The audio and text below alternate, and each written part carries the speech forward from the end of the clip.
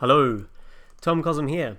Welcome to the third video of a three-part series we're doing on tension, release, build-ups, drops, rises, fallers, all those things to do with phrasing your progression. So things that really amplify when new things happen in your track, when drops happen, things like that. This third video is the advanced video. The first two videos we manually created things like whooshing noises and drops and atmospheric stuff. In this particular video we're going to focus on building an entirely new machine, if you like, so kind of a utility that you can use yourself to have a hands-on kind of experience and make these on the fly. It's really fun. We're going to get into Max for Live. I'm going to introduce you to it and show you what it's capable of. And of course, like the first two videos, we're going to be using Splice. So if I go over to Splice here, I've uploaded the project file. I simply saved at the end of the last video, and it's uploaded version 4, and it's just displayed it perfectly for us here. You'll see in the last video we created these two melody riser tracks, and we had a big riser and a big faller. So this is in the description. If you want to go, you can go and you can download this right now. We've got the DNA player here, which is great technology. You can play it from within the link and just listen to it. Really cool. So let's get into actually building this device. Now I'm going to do a bit of talking in this video. Hope you don't get too sick of me. So the first thing I'm going to do is create a MIDI track. So this is going to be a MIDI track initially because we're going to be using instruments. So our device is going to be playing instruments, but it's also going to have a big effect section which comes later. I'm going to name this effect machine. I'm going to do a bit of housekeeping straight off the bat so that we keep everything ordered, because we're getting into racks inside of racks and things like that, and things can become complicated pretty quickly. So it's good to lay out how you want it at the start, just so we don't get lost.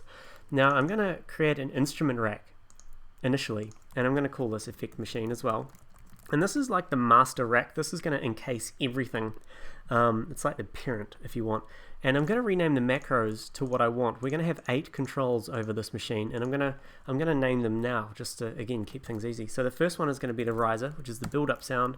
Second one is the faller, which is when the drops happen, or the big kind of whoosh down sound. That's the correct terminology there. The third one is going to be a low pass filter and a high pass filter for the fourth one. Now these are so you have control over the actual risers. You have a separate filter control, which can be really handy. The bottom 4 are going to be to do with the effect machine. So the first one is going to be effects on.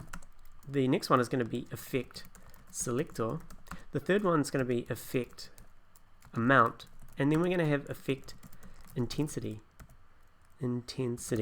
So the effect on will turn the machine on. The selector will allow you to select a particular effect, and we're going to have 10 different effects. The amount is going to be how much of that effect is applied to the sound, either the riser or the faller. And the intensity, I've called it intensity because for each effect this knob is going to have a different kind of it's going to change it in a different way. You know, it's going to change a filter differently than it's going to change a chorus. So I thought intensity is a good general term for all of that. So that's great. That's our master shell. Now what we want is we want another instrument rack inside that. So we have a chain here, and this is going to be where our riser and fallers are. So inside this we're going to have 2 chains. We're going to have a riser and we're going to have a faller. And what I'm going to do is I'm going to borrow the original risers and fallers that we did, the simple ones. So I'm going to take this machine, I'm going to drag it. How am I going to do this? I'm going to have to drag it carefully into the riser area of this new machine that we're building. So it's here. Let's click it, drag it down. That would be nice to me. Okay, I'm going to actually, it's the best way to do this. I wonder if I can copy the whole machine. Never actually done that before. Let's see if we can do that. Brilliant! Look at that. So it's actually pasted it as a new chain, but I don't want that. I do want that, so I'll delete the previous riser and the previous faller. Let's go to our faller track.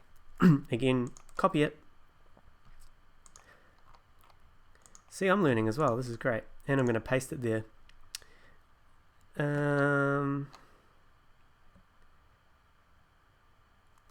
think that worked correctly. Let's create a new chain and go paste. Oops. Okay, so it's pasted it there. It's called instrument rack because we forgot to name it before, but we'll call that faller. and we can get rid of this chain. So now I have my riser and I have my fuller. That's awesome. But what I'm going to do is I'm going to double click this new instrument rack and add one more audio effect rack after it. Now an audio effect rack is a bit different than an instrument rack in that it only takes audio effects. You can't have synthesizers or samplers in it, but that's good for us because we are just working with audio effects in this area. So the audio effects, I'm going to rename the macros here because we need to rename these as well to effect on, effect selector, effect intensity, and effect amount. If I do get lost myself, I do apologize. I'll find myself very quickly, but this is pretty tech. So those are our racks. We have the master rack, which controls the riser and the fuller. We should change this macro as well.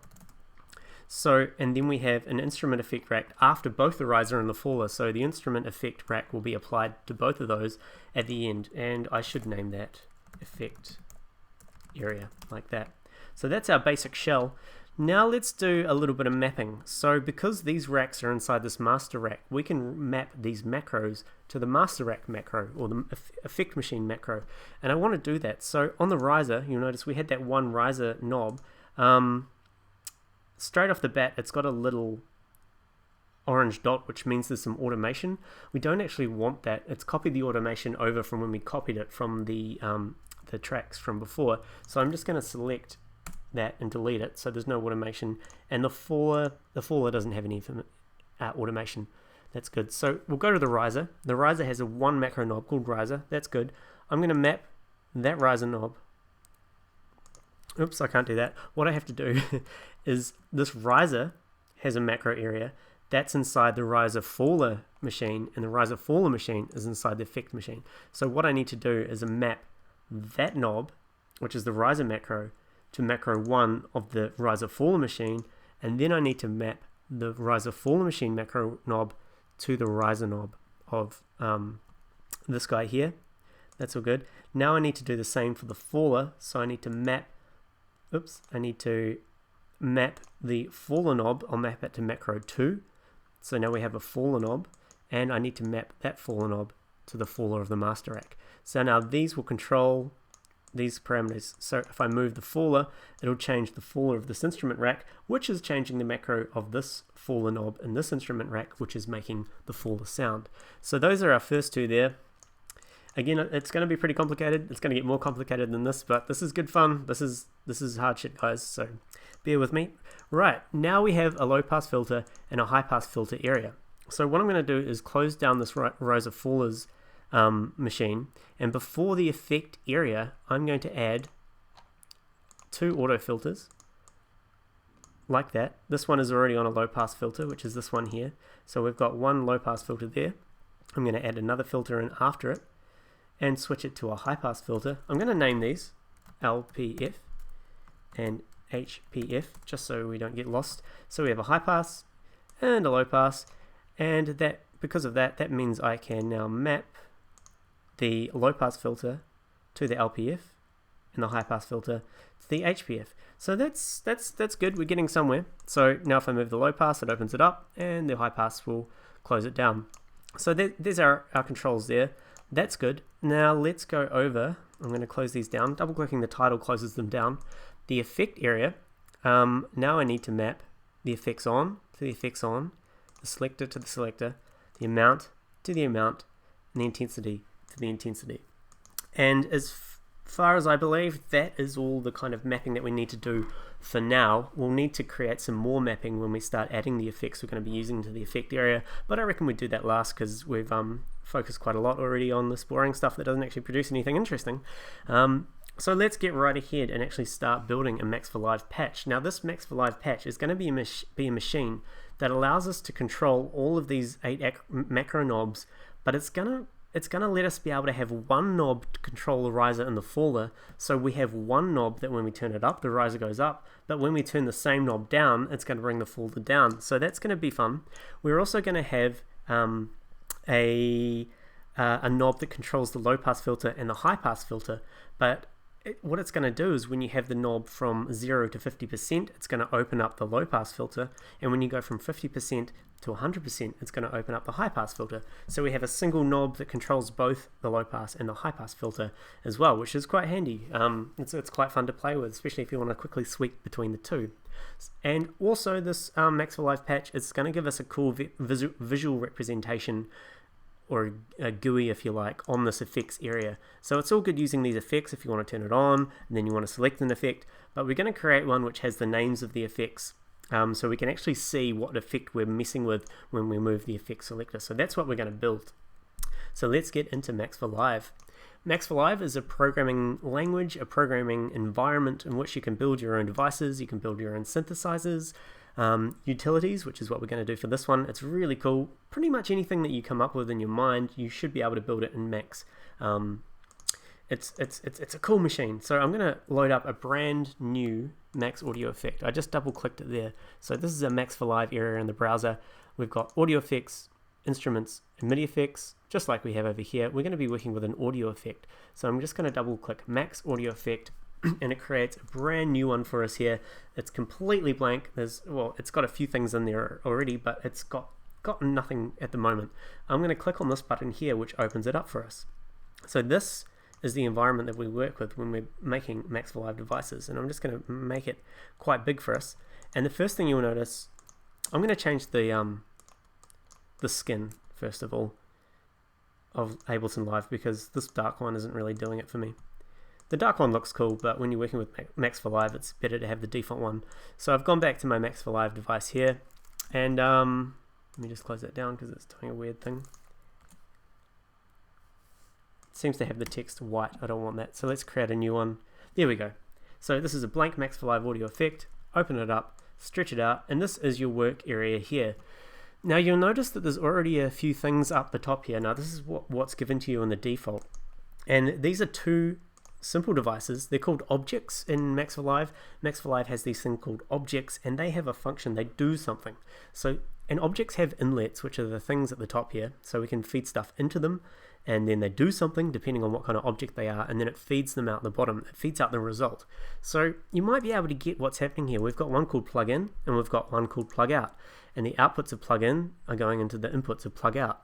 So this basically takes the audio in, so any audio that comes into this Max for Live audio effect will come into the plugin and get fed to the plug out, which will feed it out of the Max audio effect. So at the moment, this is simply just routing the audio through the device with absolutely no changes, and that's good. That's what we want. We don't want to change the audio with this device because we're using it as a utility to change parameters rather than actually affect the audio. So I'm not going to touch any of that, but I'm going to create a new object, and we're going to start off with We'll start off with the filter dial. So remember, we want a dial that changes the low pass filter from 0 to 50 and then changes the high pass from 50 to 100%. So I'm going to introduce a new object here, and I'm going to push the N key, and that loads up a blank object. It isn't anything yet until I give it a name. I'm going to give it a name, live.dial. Now this is an object which Max for Live goes, oh, you want to create a live dial, which is an Ableton Live looking dial. And here it is here. And we can drag this anywhere. You see it's got inlets and outlets. And if I go into the actual, if I hold down Command and click, I believe it's called, what view is it called? I think it just locks the device. Yeah, so if you lock the device, you see I can't move anything anymore, but I can actually interact with the devices that I've created. So now if I click on this and drag it up, it'll act like a normal Ableton Live dial. And it goes from 0 to 127, which is a good range to work with. So that's all good. I'm going to go out of lock mode by holding on Command and clicking again. And I'm going to create something called a message box by pushing M. Now a message box isn't an object. It is an object, but what it allows me to do is send messages or receive messages. So the output of this live dial, if I connect the left outlet to the right inlet of the message box, it's going to send the value of whatever I change the dial to this message box. And by sending it to the right inlet, the message box is going to update every time it gets a new value. So go into lock mode, move the live dial, and you'll see that this message box is getting this number for us, which is great. So it goes from 0 to 127. But what we want is we want to split this range into two separate areas. We want 0 to 63 to come out into one space, and we want 64 to 127 to go over to another area. So that's where I'm going to introduce another object here. There are hundreds of objects, and I'm just going to touch on a few here, but I'm going to introduce you to one called Split. Now you might be able to get an idea of what Split does, and what it does is it takes a range that you specify, a number range. Well, it says it right here for us. It takes a range of numbers, and if it's within a range of numbers, it'll output those numbers out one outlet, and if it's not in that range, it'll put them out another outlet, which is perfect for us. So what we need to do is give it an argument, and we're going to say 64, because we want 0 to 63 to come out this side, and 64 to 127 to come out this side. So by saying 64, we're defining where it's going to split those points. So now I can connect the outlet of the dial into the left inlet here. So it says value to be sent to one of the two outlets. I'm connecting it here. This is going to analyze it, and it's going to output it here if it's within the limits, so 0 to 63. And if it's out of the limits, it's going to output it here. So let's put in another message box by pushing M, another message box by pushing M, and I'm going to connect the left outlet to the right inlet of the message box there, and the right outlet to the right outlet inlet of the message box there. So that should mean if we move the dial up, that one's updating all the way up, but then we get to 63 and 64. So this one takes over. So this one is splitting the signal over here if it's low, over here if it's high. That's great. So now we've got a kind of a two-stage dial. I could copy this dial by holding down the Option key, get rid of the message boxes. So we've got one dial. Let's put another one, and let's put the split there and there. So that should update for us. Good. So 0 all the way up to 63, and then this picks it up from 64 to 127. But here's the problem. We want both of these dials to go from 0 to 127. We don't want them to stop. We don't want this one to stop at 63, and we don't want this one to start at 64. So we need to create a new object that tells these dials to do that. So I'm going to move these down, get rid of these connection points, and we're going to add a new device here, a new object, and this one is called Scale. Now Scale takes a range of numbers and then it outputs a different range of numbers, and you have to specify what the minimum and maximum of the input's going to be and what the minimum and the maximum of the output's going to be. So for an example, I'm going to pick, let's say 0 to 100 is going to be the input, but instead we're going to output let's say 100 to 1000. So this is just an example. So if I put a live dial up here and plug it in, and I put a message box here, when I move this dial, it's going to scale it from 0 to 100 up to 100 to 1000 instead. So 0 is now 100, and 100 is now 1000, and anything in between is going to be scaled in the right way. So we can use the scale object over here, and we know that this is going to output 0 to 63. That's going to be the minimum and the maximum. We know this output is going to be that. So we can specify that here. We can say, right, the minimum is going to be 0, the maximum is going to be 63. But what do we want to output it to? Well, that dial has a range of 0 to 127. So if we connect this to the scale, and then connect the scale to the live dial, now it should scale perfectly for us. So we go up to 63 on this dial, and it's going to take us up to 127 on the second dial that we put out. So that's good. We also need to do it for the second half of the split. So I'm going to copy the scale across, but this scale we know goes from 64 to 127. So now we're saying, right, the minimum is going to be 64, maximum is going to be 127, but we want the minimum to be 0. So now if I move this one up, excellent, and we move this one up, excellent. So now we have a knob that is a two-part knob. It does two things. It changes two parameters depending on where the knob is, with the center 64 being the middle point.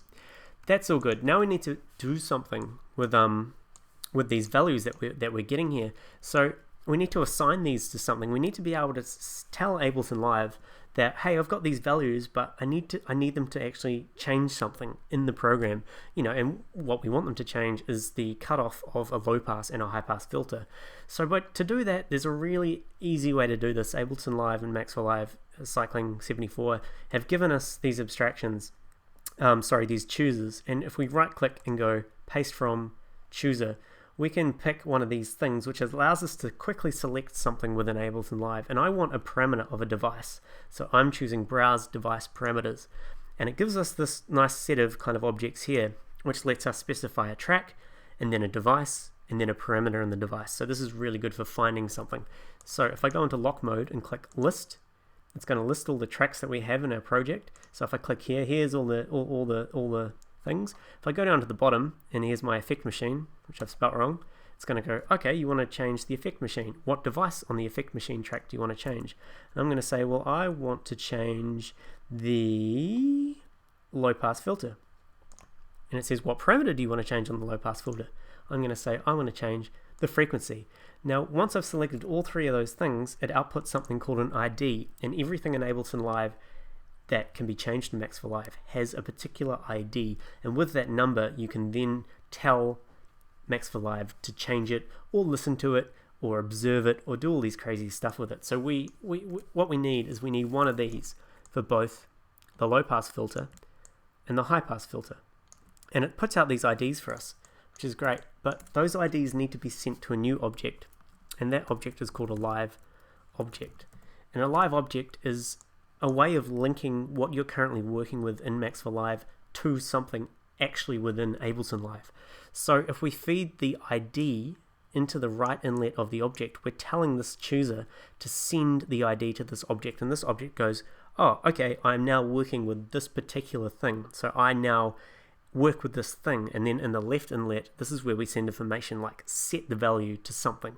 So we're going to say, right, we want the high pass filter to be in this live object, and then whatever we send into the left object is going to affect the high pass filter. So we need a live object for both of these. So again, holding down the option key, I'm going to drag it across. Whoops. Oh, that was an accident, but that's really handy. If you hold down the option key and simply click on an object, it brings up a help panel for you, which will tell you what it is and how to operate it. So that's, if you get lost, that's really handy. And we want to connect the ID there. Great. So now once I pick low pass filter, blah, blah, blah, frequency, and I do the same over here, that's all good. But we can't just send these values directly into the left inlet, because we need to actually tell live object what to do with these values.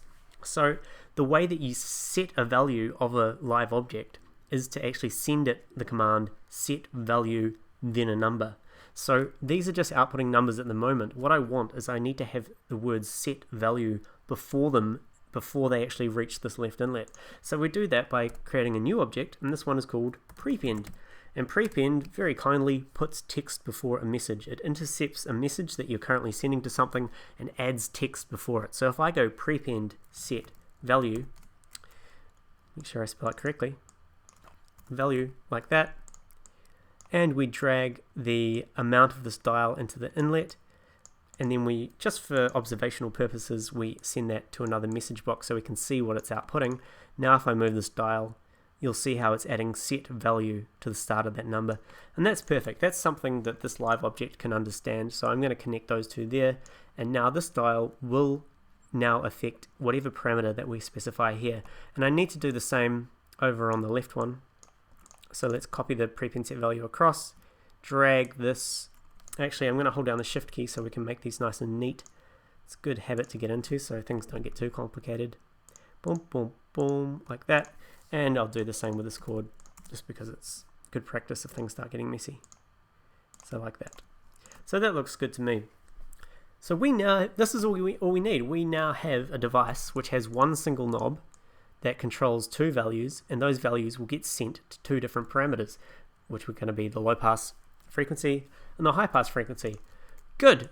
So that's done for now. I'm going to move on to the riser and faller thing now. So the riser faller one, we want to have a dial, so I'm just going to copy this across. Now this dial is going to be similar to how this works. It's going to change two parameters, but there's going to be a little bit of a difference. I want the dial to go up. Hang on, I'm going to drag these across just so we can get an idea of how it looks. When this knob goes up, this needs to go up. But when this knob goes down, this needs to go down.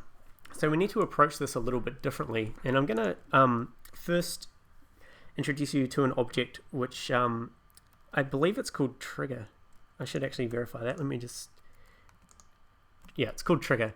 So trigger is an object which all you have to type is T, and then you list what happens after it. And triggers split a signal out multiple outlets. So I have this is coming out as a number.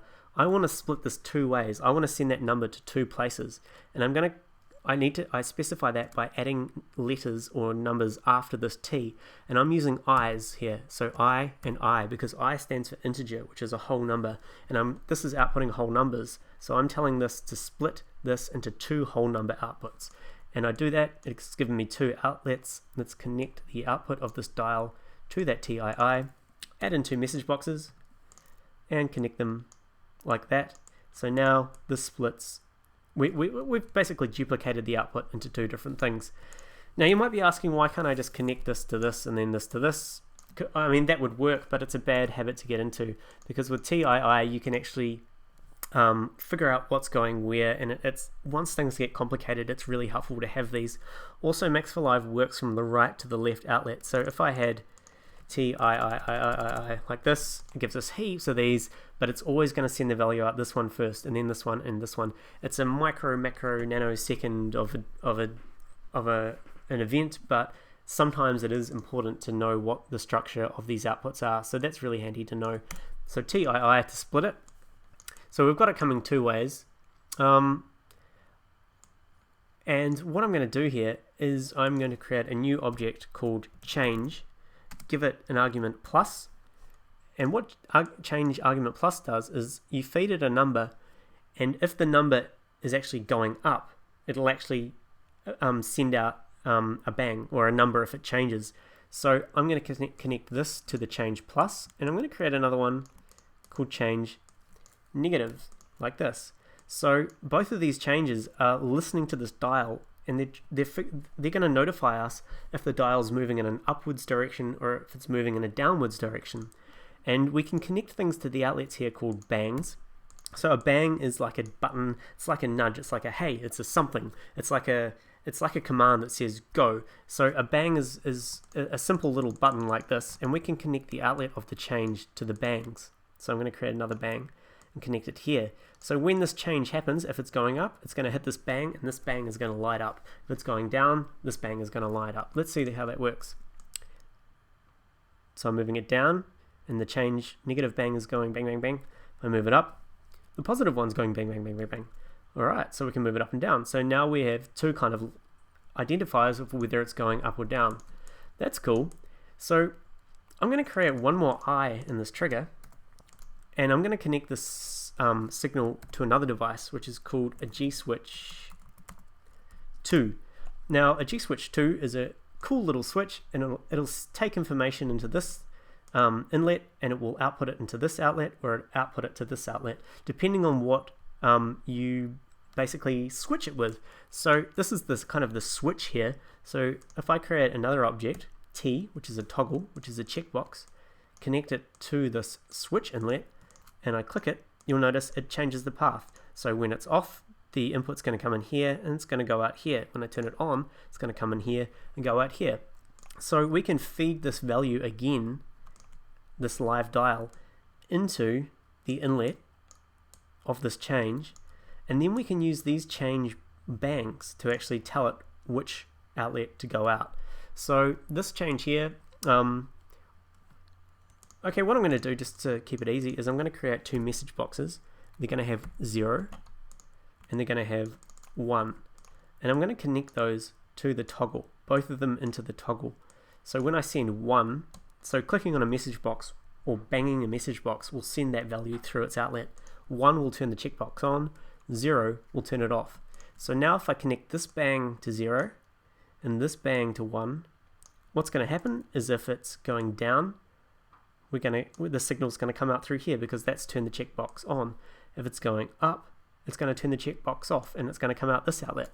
So this is great. So now we can put our outlets of this G switch into both of these live dials and move this. So when it's coming down, it's going to move that one, but when it's going up, it's going to move that one.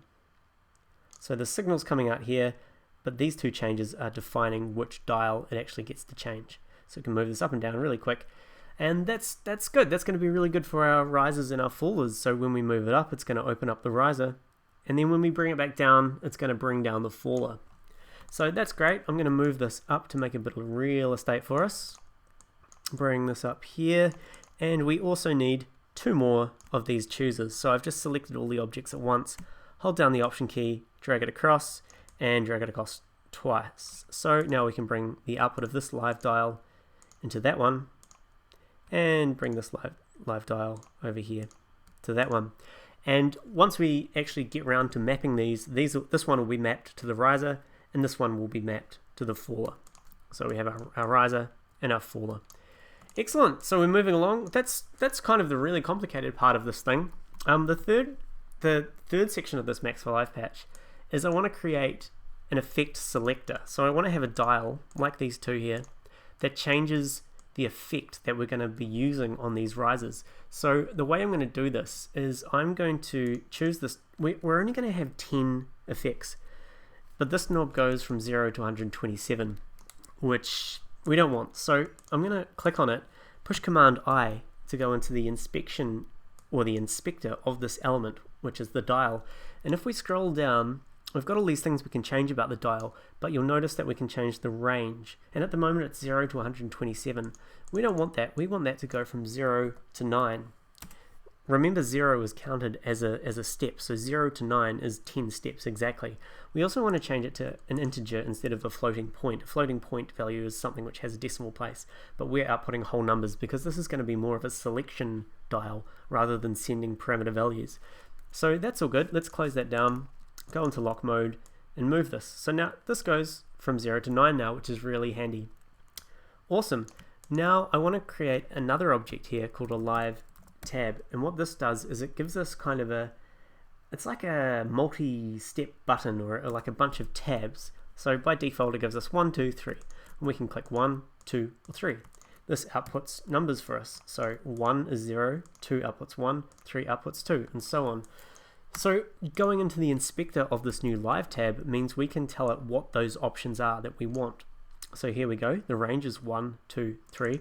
We're going to have 10 effects here. So we're going to have a delay, we're going to have an echo, we're going to have a pan, we're going to have a filter, we're going to have a flanger, we're going to have a phaser, we're going to have a reverb, we're going to have a crush, we'll have a chorus, and we'll have a roll, which is going to be a beat repeat basically. So I've given it 10 different effects there, which we will create at the end of this series video. So now this is all scrunched up for us, but if we drag this down, you'll notice it'll give us a nice selection area here. So we can, this is mainly visual things. This is for when we actually have our final device, we can actually see what effect is currently selected. So I can now simply just connect the output of the live dial to the inlet of this live tab, and we can use this knob to flick around between the two. What I also need to do is I need to make it so if somebody decides to click on one of these, the live dial will update. So it's not updating at the moment.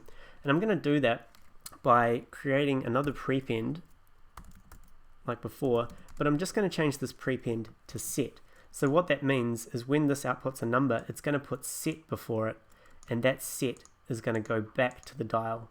And the reason I use set is because if you send a dial set number, so set 5 for example, it will only change the dial visually. It won't actually output the value, because if we output the value, it's just going to create a feedback loop, I believe, and we don't want that. So we just want to set the dial to whatever number it needs to be, not actually send the value back out to the machine, which will, go around in a feedback loop. So now if we choose one of these, the live dial is going to change for us appropriately and accordingly, and we can move this as well. So that's really cool. That's our effect amount.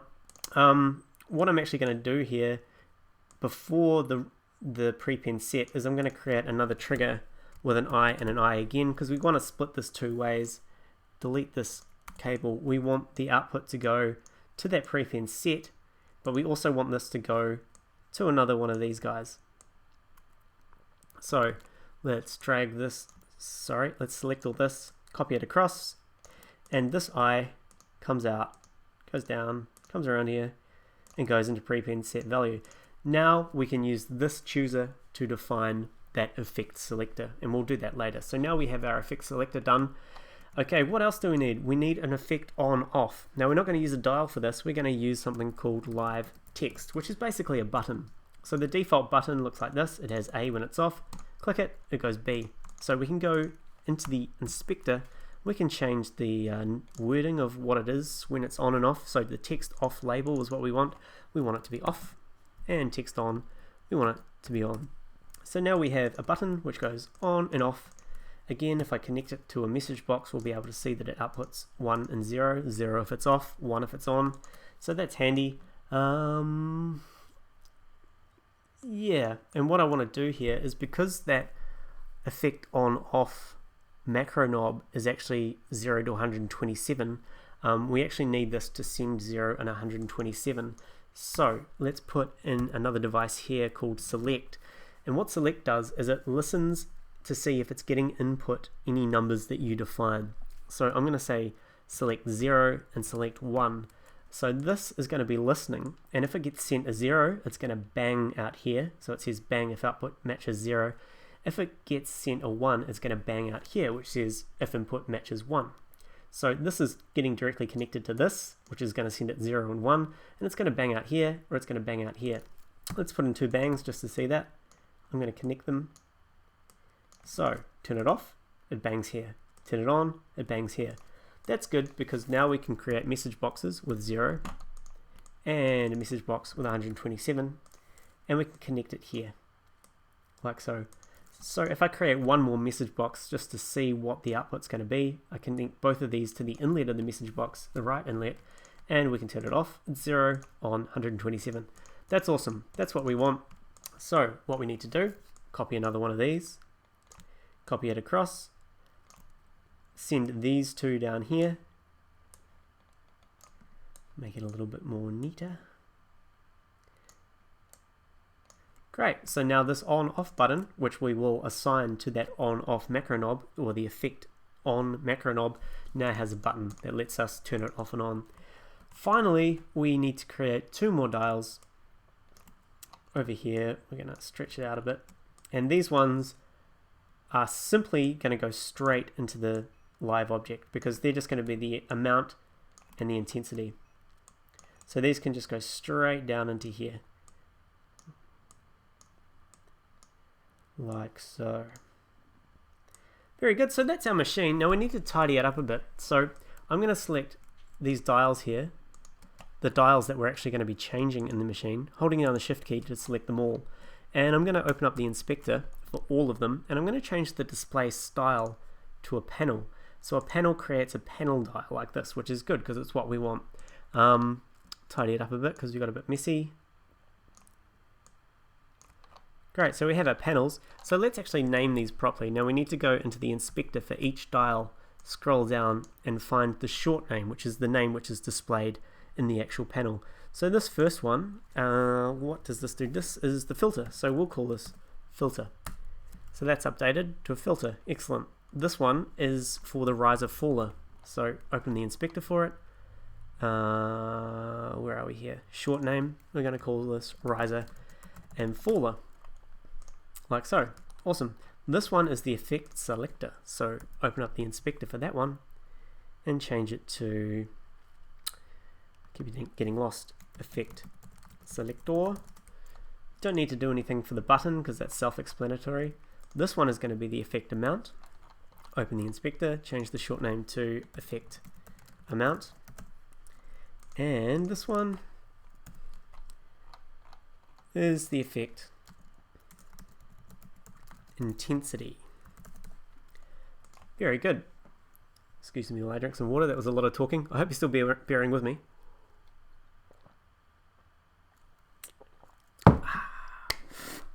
Alrighty. So this is pretty much our patch, but it doesn't look very good. This is not what we want to see. This is not what we want other people to see. This is kind of under the hood. So Max MSP, or Max for Live, has 2 different modes. We want to get into presentation mode. Presentation mode, you can view it by going view presentation. Everything disappears because we haven't told it what we want in the presentation mode. Presentation mode is what people see when the patch is actually in Ableton Live, because you don't want to see all this in Ableton Live. So we need to select what we want in presentation mode. We want that knob, that knob, that knob. We want to be able to see this because that's handy.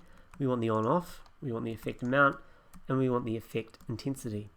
I'm going to right click on one of those objects that I have selected and choose add to presentation. Now you'll see that it adds kind of a red box around the things that are in presentation mode, and now if I go into presentation mode, it just leaves us these things and it doesn't show us any cables or anything like that. And now we can arrange these in a way that looks good. So our patch actually looks good, the user interface is good. Just before I do that, I do need to right click and go into the overall patcher inspector and tell it that this opens in presentation mode. So we need to tell it that when this is in Ableton Live, it needs to be displaying just presentation mode. It doesn't need to show us the guts or the under the hood. So that's all good. It's given us a line here which shows us the height limitations because Ableton Live devices can only be so high. So now we need to arrange these. So I'm going to bring the riser faller. We'll make that the very first knob.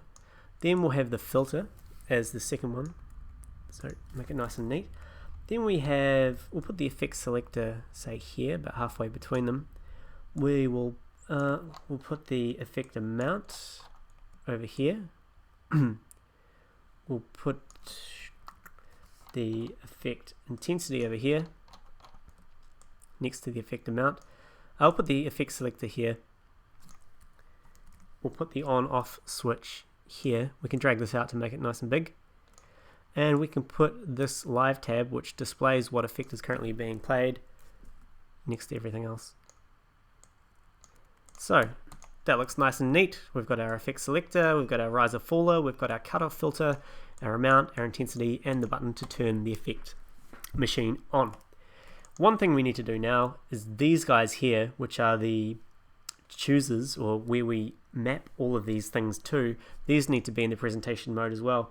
Now there's various different ways that you can not make these be in the presentation mode. We could create mapping buttons, but I'm not going to get into that for now. We're just going to put these in the presentation mode and try and make them look good. So I've selected all of our choosers. We're going to go add to presentation mode. I'm going to go into presentation mode, and let's just tidy all these up. So I'm going to bring them all next to each other so they kind of look good. This might take me a second, so bear with me.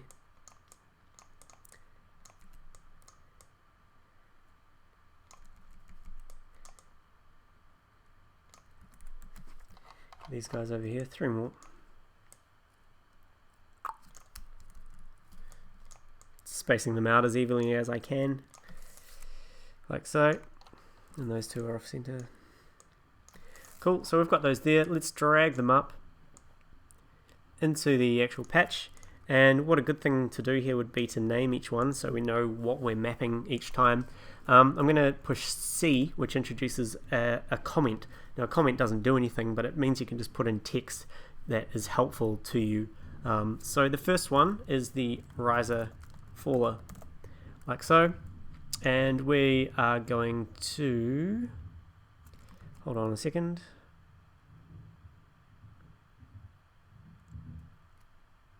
Yep. Okay, so the riser faller, there's our comment. I'm going to open up the inspector and justify the text to the center so it goes into the middle. That means that we can put it up here, adjust it evenly, and it will remain even. I'm going to copy this across by holding down the Option key 8 times. These are kind of titles for our mappings so we don't get lost. That's the riser faller. Oh no, this is the riser. This is the faller. This is the low pass filter. This is the high pass filter. This is the effect selector. This is the effect on. This is the effect amount. And this is the effect intensity. Very good. And what we should do is we'll give it one more comment and we'll call it mapping area, just to give this kind of area a heading.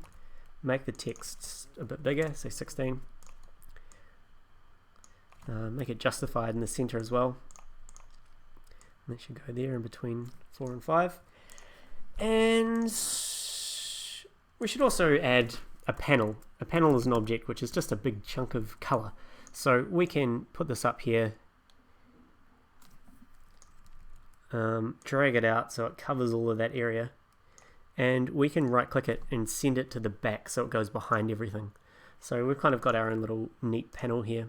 Let's make it a little bit bigger and bring this up a bit, everything up a bit. And we'll make it, let's make it white. Go into the inspector, change the interior color to a white. So we have a nice looking mapping area, and then we have our kind of input area over there. That is our effect. So let's have a look. Let's save it for a start. So I'm just going to go save as, and we'll call this, what will we call this? We'll call this Disco Machine. Why not? Disco Machine. Excellent. So that's saved. Now if I go back to live, here's our Disco Machine. And I'll click this button to unlock it, and here it is. We've made our Max for Live device. I guess we should really check to make sure if it's working. So what we need to do is do some crazy mapping here. So I'm just going to close down the effect area on this audio effect rack here. I'm going to map the riser. We're going to map that to this track, the effect machine, and the parameter we want is the riser. Then we have the faller, this track, effect machine, faller. So it's showing us all the macro knobs we have in the effect machine. Let's shoot through these. This track, effect machine, high pass filter, this machine, effect selector,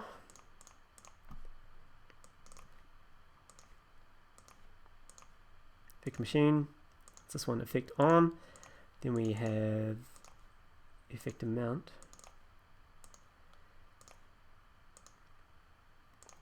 This will all be saved with your project as well, by the way. You only have to do this once per project. Effect intensity. So we've now mapped all of this stuff to all of this stuff. Let's hope it works. I really hope it works. So let's move the riser and faller. Let's see what happens. Okay, I mapped. This is the low pass and this is the high pass. So I've screwed that up very quickly, but it's a simple matter of changing these around. I forgot we did the low pass and the high pass first, so these two are the low pass and the high pass. These two are the riser and the faller. Let's give it a second to open. There we go. So what we need to do is take these two, put them down here. These two need to go here instead. Simply swap them around. Save it. Go back to live. Close that down. Fortunately, because oh no, everything's good here. So this is actually supposed to be the low pass. This actually has to be the high pass. This needs to be the riser. This needs to be the faller.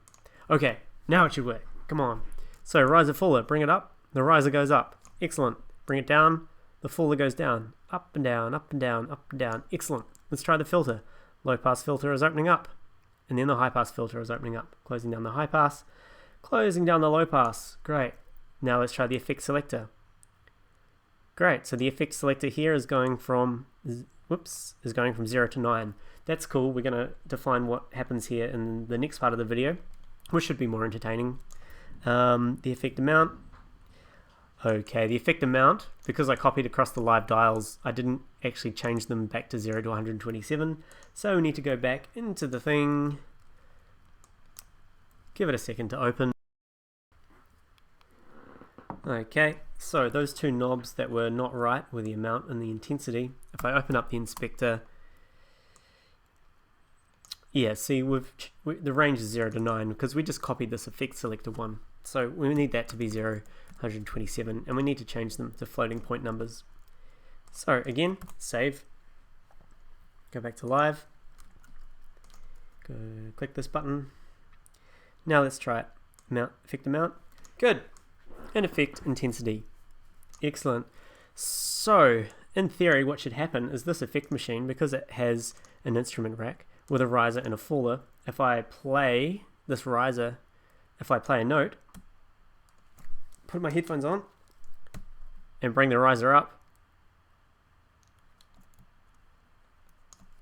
it's not doing anything. Oh, it's because I've got the I've got the low pass and the high pass filters wrong. So I need to have the filter in the middle for it to produce sound. I had the high pass filter or the low pass filter was cutting all the frequencies. So that's what we want. So let's bring the riser and faller up. And let's bring it down.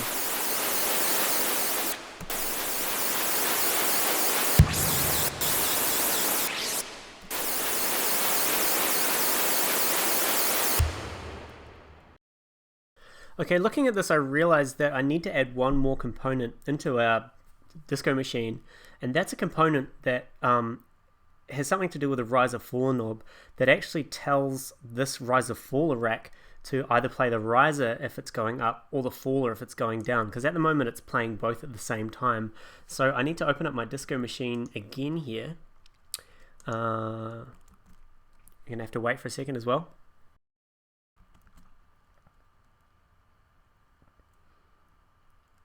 Okay, so we've got the machine open, but what I've noticed is all those things that I added in presentation mode, like the titles and stuff, have all kind of put themselves on top of other stuff. So I'm just going to quickly move all these to one place. It doesn't matter where you put them in this mode, because they'll go back to their right places in presentation.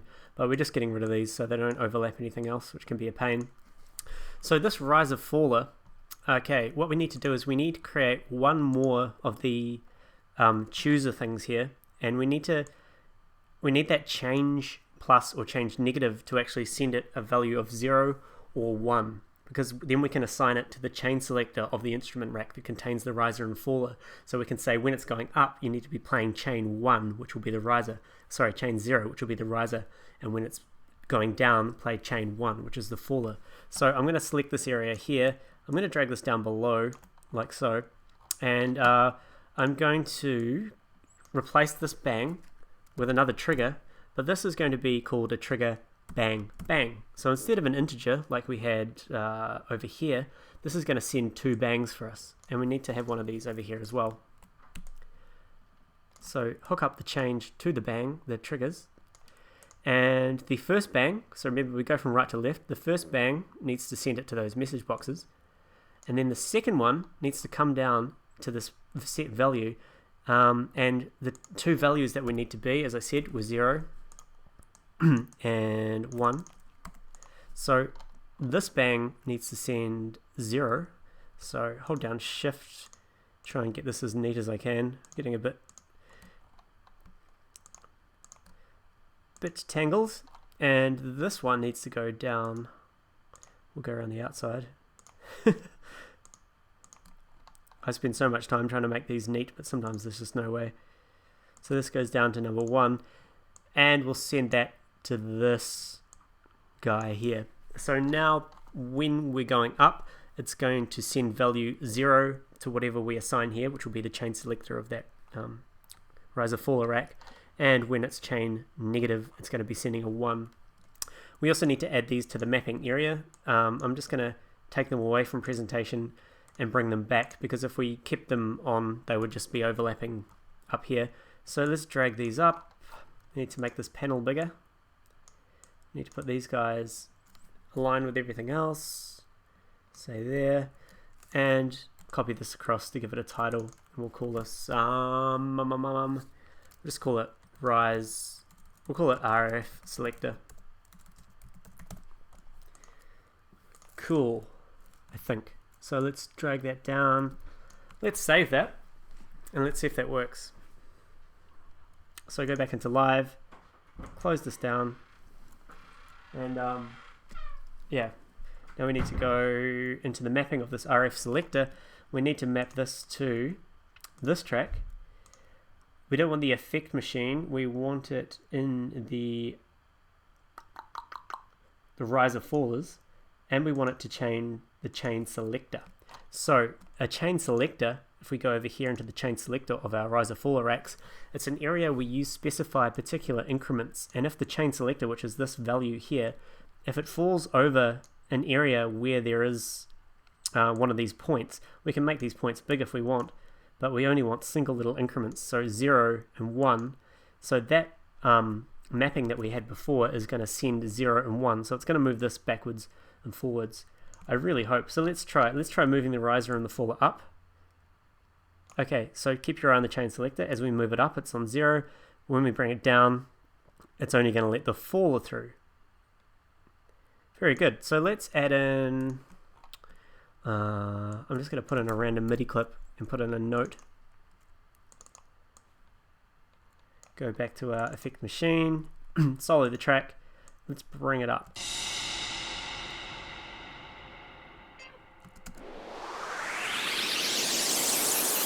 And let's bring it down.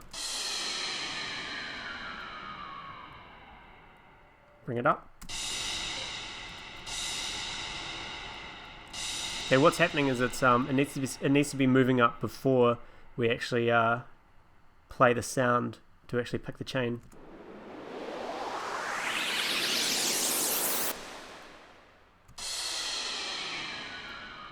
Okay, that'll do for now.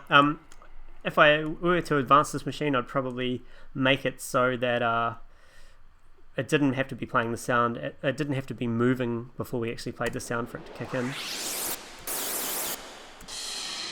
And we have a filter as well. So the filter works good. Let's bring this up again.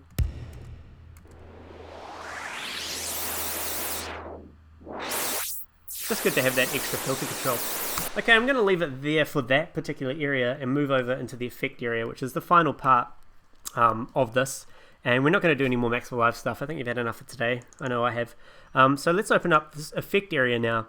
So what we should do first is we should introduce these 10 effects that we've decided to use in our effect machine. We should introduce them, and they're all going to be different chains. So the first one is a delay. Let's just use a simple ping pong delay for the first one. So I'm going to pick a ping pong delay, drag it into the first chain, call it delay. Easy. Let's add an echo. For an echo, an echo I define as being a delay that has a short, very short delay time which isn't synced to the beat. So we'll call that echo. We need to change the delay time. We need to link it, and we need to change the delay time to time mode so the echo is very short. So that gives us that kind of echo. The next one is a pan. We'll just use a simple utility. Where are we? Oh no, we'll use an auto pan for the pan. So we'll go pan. And that's all we need for that. We need a filter. So I'm going to put in a filter. Auto filter, call it filter. Very good. Flanger. Flanger. Then we have a phaser. Then we have a reverb.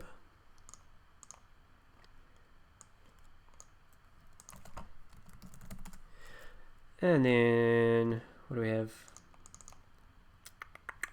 A crush. I'm going to use a redux for the crush.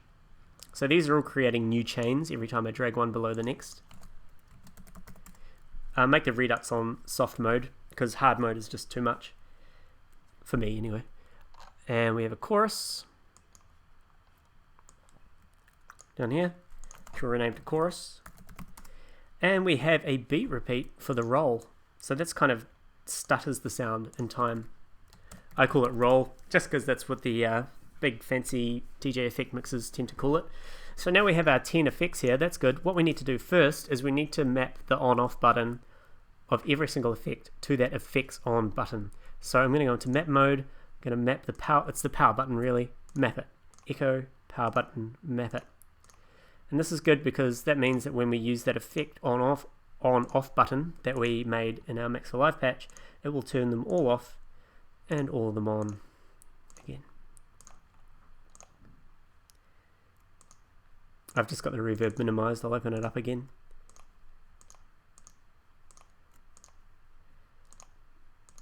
Cool, so let's go back to our machine here. If I turn them on, by turning the on and off button on, it moves this knob up to 127 and back, and that knob turns all the effects on and off. Awesome, now we need to work on the effect selector. So the effect selector is moving this effect selector from 0 to 9, and I want to go into my chain selector area as well here, and I want to give each one of these chains its own little space in this chain area. So we're just going up in 1 increments here. So each one of these effect just moves to the next increment. Very good. So if we move our effect selector, oh no, sorry, we need to map the chain selector, which is this area. We need to map that to the effect selector macro knob. So now if we move the effect selector, you'll see the chain selector moves with each increment. So if we pick chorus, it's going to jump to number 8, and number 8, of course, is where the chorus chain is enabled. So that's cool. So that's our effect selector done. We've got our effects on and effect selector. Now what we need to do, let me just hide this chain. Now what we need to do is we need to figure out for each effect what the amount's going to be and what the intensity is going to be. Well, for a delay, let's just say the amount, we'll keep the feedback at say 70. We don't really want to play with the feedback. Let's say the dry wet will be the amount. So each one of these effects is going to be assigned, have one parameter assigned to the amount knob and one parameter assigned to the intensity knob. We want the dry wet of the delay to the amount, and we'll say the delay time to the intensity. So the effect amount, let's move the effect amount, will change the dry wet, and the intensity will change the time of the delay. All good. Let's go into the echo. Same again, we want the dry wet to be the amount, but we want the time, so the short increments of delay, to be the intensity. So that'll be quite fun. And we also need to give this its own feedback. Just say again 70 roughly. Very good. Okay, the pan, auto pans are good fun. Go back into map mode. The amount is the obvious thing to do because that's just like the dry wet, and then we'll use the rate as the intensity, so how fast it pans left and right. The filter, what I'll do with the filter is I'll bring the frequency down to the midpoint, and then we'll have the LFO amount as the amount, and the rate of the LFO is the intensity. The reason I put it in the middle is because it's going to start wobbling it backwards and forwards with that middle point as the reference point. So if we had the filter up really high or down really low, it's just going to kind of be going back and forth, and it's going to try and wobble it into an area that doesn't actually exist. That's all good. The flanger, I'll take the amount of the LFO off. Now let's keep the LFO on. Let's say the flanger is the LFO amount and the LFO rate for the intensity. We'll do the same for the phaser. The amount of the phaser is the amount, the rate is the intensity.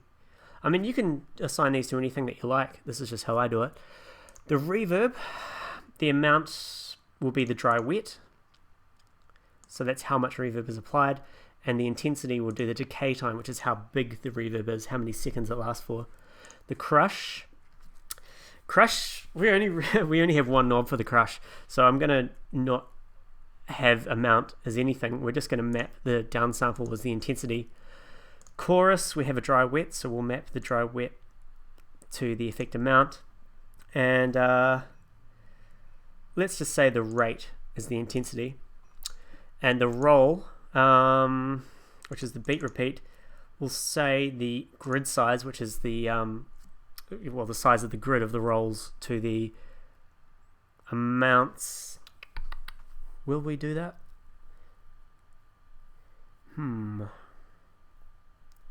Yeah, okay, that could be the amount, and we'll change the interval to the intensity. I'm not going to get into what the beat repeat does here, but that sounds like a good one. So now we have all of the effect amounts are mapped to different things, which can be controlled with that one single knob. All of the intensities, all of the on-off buttons, and we can choose our effect with that. Let's see how this works. Okay, so I'm going to pick one of these effects. Let's say the filter. Let's bring the amount and intensity down. Let's turn it on and bring the amount up and bring the intensity up. Cool, that works. Let's pick a different effect, a phaser. Bring the amount and intensity down, turn it on.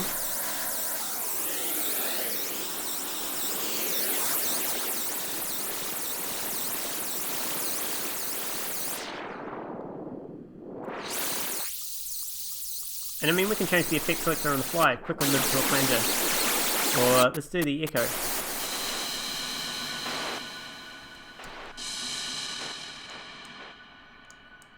Oops, bring the riser up. That's not going to do much for that one. Crush.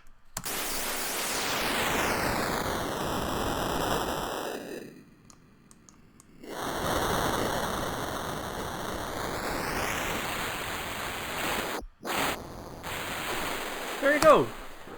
So there you go. You've made your own. Hopefully you followed along and made this. If you're new to Max for Live, I suspect you're going to be using the pause button a lot. But this is what Max for Live can do. Now I have this machine. I can group all of these together. Hit group. It's going to take me a second. And open it up.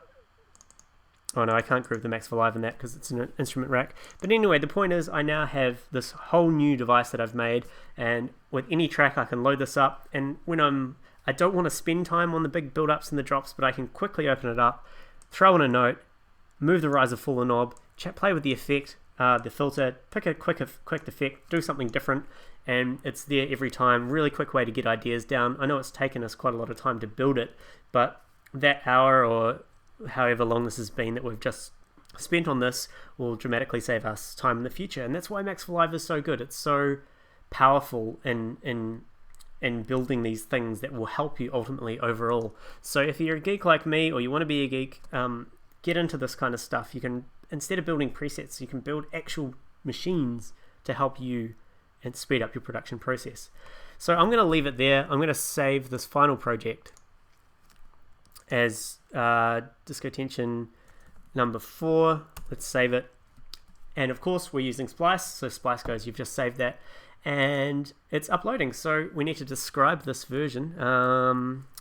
This version contains the custom Max for Live effect machine, disco machine, and we go submit there. This is going to save everything, including this machine. It's going to upload it to my Splice account. There'll be a link in the description. You can download this right now.